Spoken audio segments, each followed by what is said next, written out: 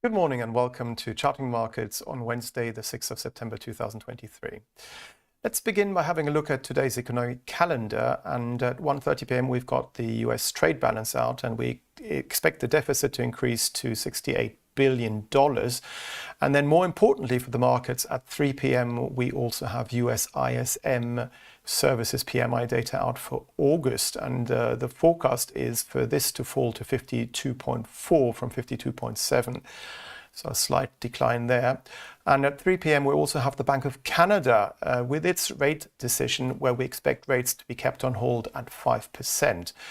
Now, earlier this morning, we had weak UK construction PMI data out, and also Eurozone retail sales coming in weaker than expected, minus 0.2%. And this follows weak Eurozone PMI data over the last few days.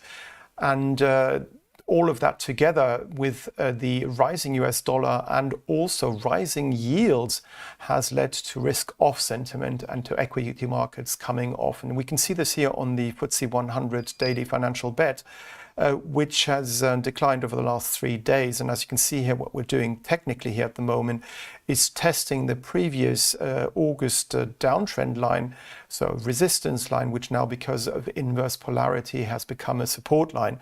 And we are holding around it at the moment around 7,390.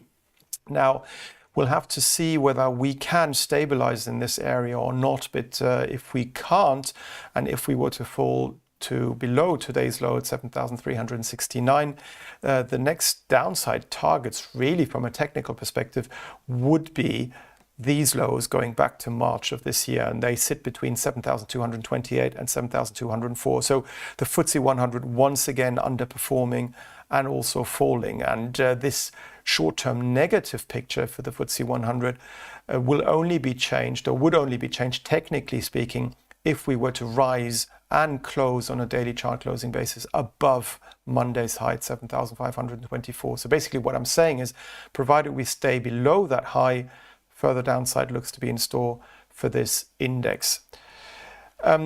Let's have a look at the next market, and that is the German DAX 40 contract. And what we can see here is quite similar in that we have been sliding over the last 3 consecutive days and made a new 1-week low earlier this morning, as German manufacturing orders tumbled by 11.7% month on month in July, and that was much worse than an expected plunge of 4%.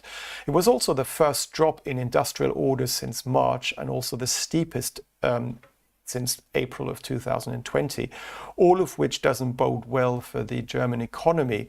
And on that news, basically, you had the DAX falling and hitting so far on this daily financial bet a low at 15,675.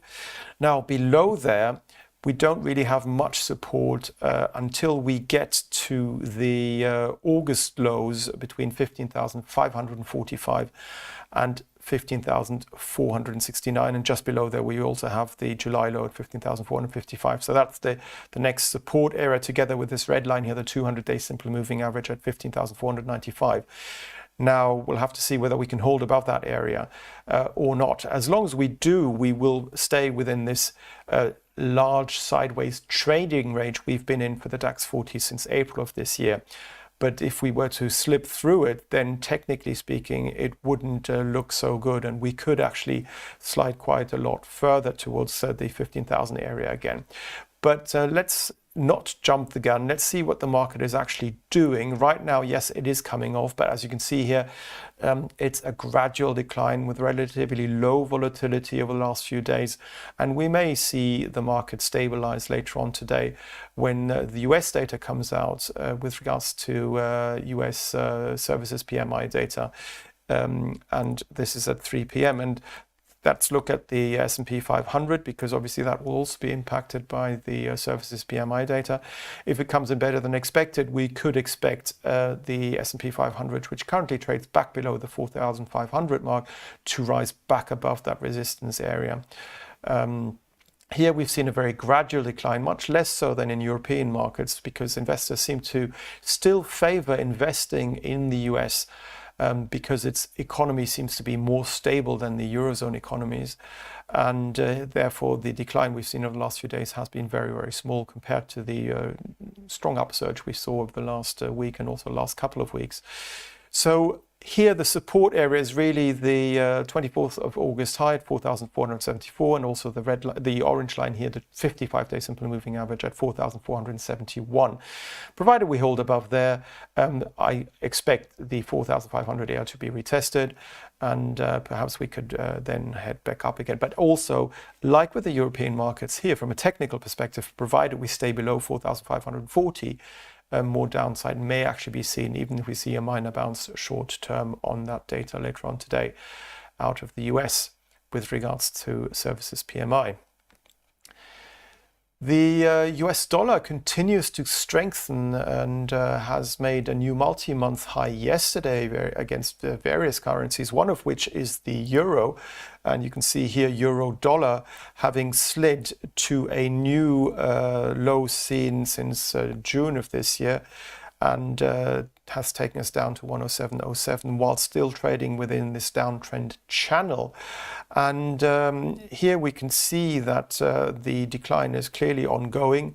It is likely that we will fall over the next few days through the 107.07 low from yesterday on this daily financial bet and head back down again towards the May low at 106.36. So that would be my next technical downside target for euro dollar, because as you can see here very clearly, we are in a downtrend with lower highs and lower lows. We are below the 200-day simple moving average here in red at 108.23, and basically whilst we stay below the late August high at 109.45, the downtrend is very much intact from a medium-term perspective. And short-term, whilst we stay below the 200-day simple moving average here at 108.23, further downside looks to be likely. Moving on to the British pound, which has also been suffering versus the US dollar as the US dollar continues to appreciate. And here what we saw just yesterday is a drop to 125.29, a level again also last traded in mid-June of this year. And if we were to fall through there, the next downside target would be the red line, like we saw with the euro dollar chart, at 124.26, that is to say the 200-day simply moving average. And also then we have a minor downside target at the 5th of June low at 123.69, ahead of the 123.09 low seen back in May of this year. So again, a very clearly defined downtrend, and provided we stay below the last reaction high, and that is to say that is a high on the candlestick, which is higher than the one compared to its previous day and its following day. So that was the high on the 30th of August at 127.46. Provided we stay below there, the downtrend is very much intact.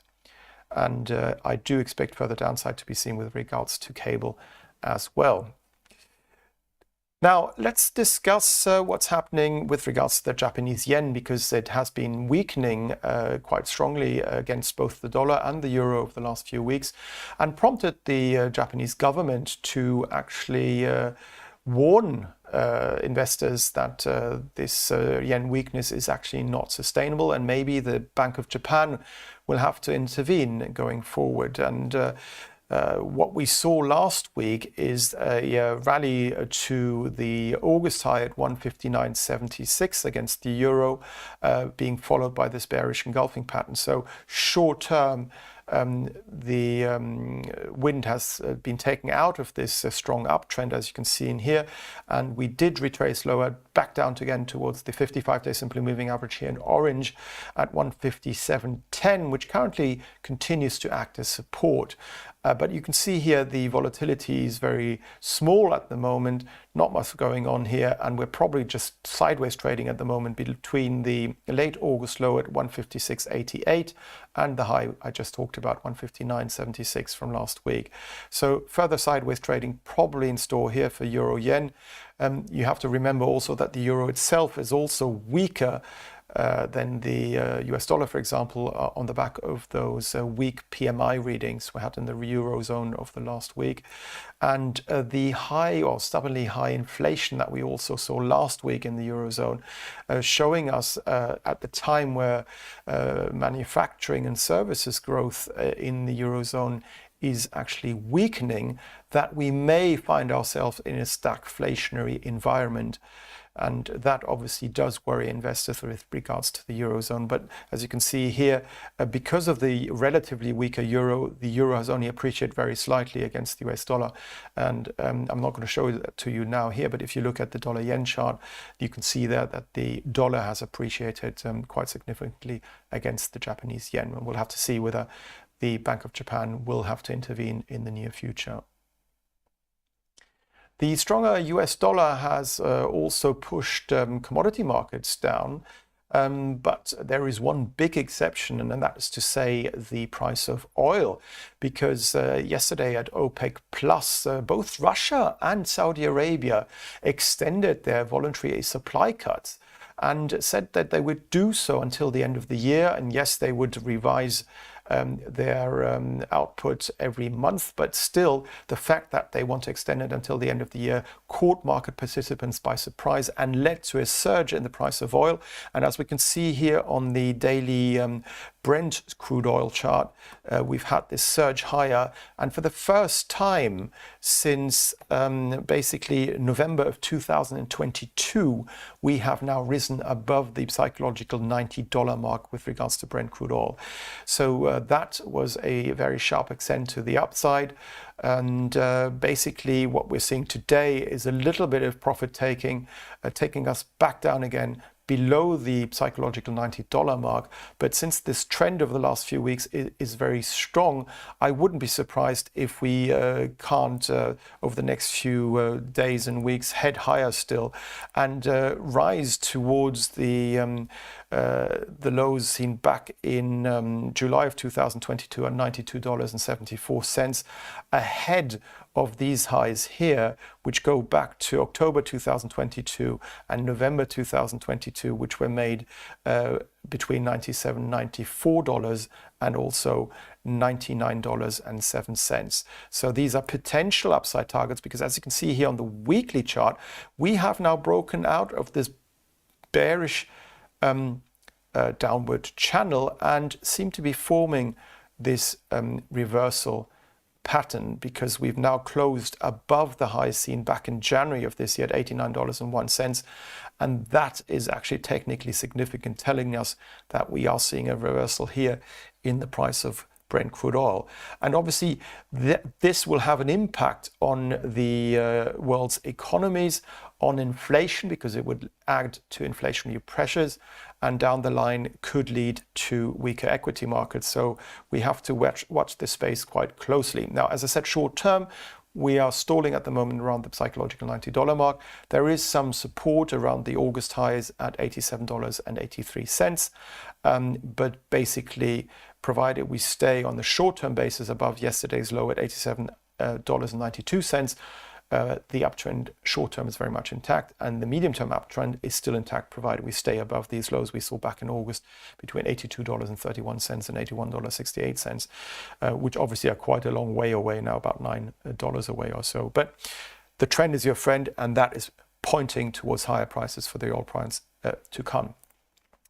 Moving on to copper, the price of copper has started to come off, and technically speaking, what was interesting here is that on Friday of last week, we rallied all the way to the red line here, the 200-day simply moving average, which, as it often does, acted as perfect resistance here, from which we have come back down again over the last few days.